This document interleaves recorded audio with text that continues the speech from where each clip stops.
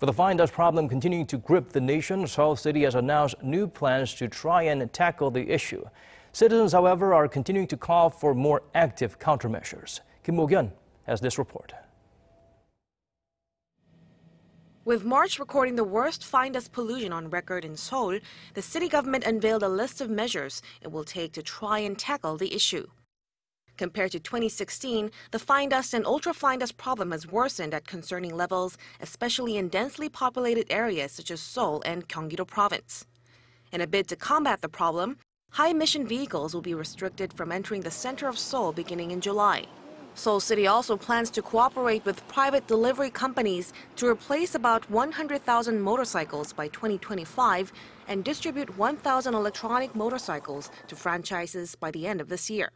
Mid-sized town buses that run on diesel and school buses for young children will also gradually be switched to electric buses.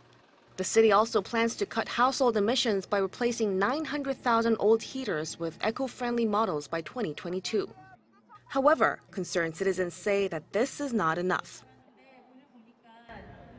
Citizens gathered in front of Seoul's Gwanghwamun Square on Monday afternoon in the latest protest calling for the government to come up with more concrete measures to tackle the nation's worst fine dust crisis. Participants, who are mostly part of an online community calling for action against fine dust, said that they came to the rally so that their voices could better be heard. The first thing I do when I wake up in the morning is check the fine dust levels. I hope the government can adopt the measures they announced as soon as possible.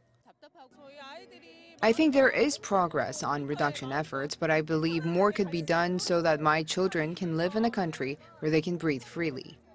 The government's measures seem very helpful, but I think we need to come up with a fundamental solution and find the root of the problem. Although acknowledging the government's efforts to cope with the fine dust issue, concerned citizens continue to call for more aggressive steps in hopes of clearing South Korean skies. Mok-yeon, Arirang News.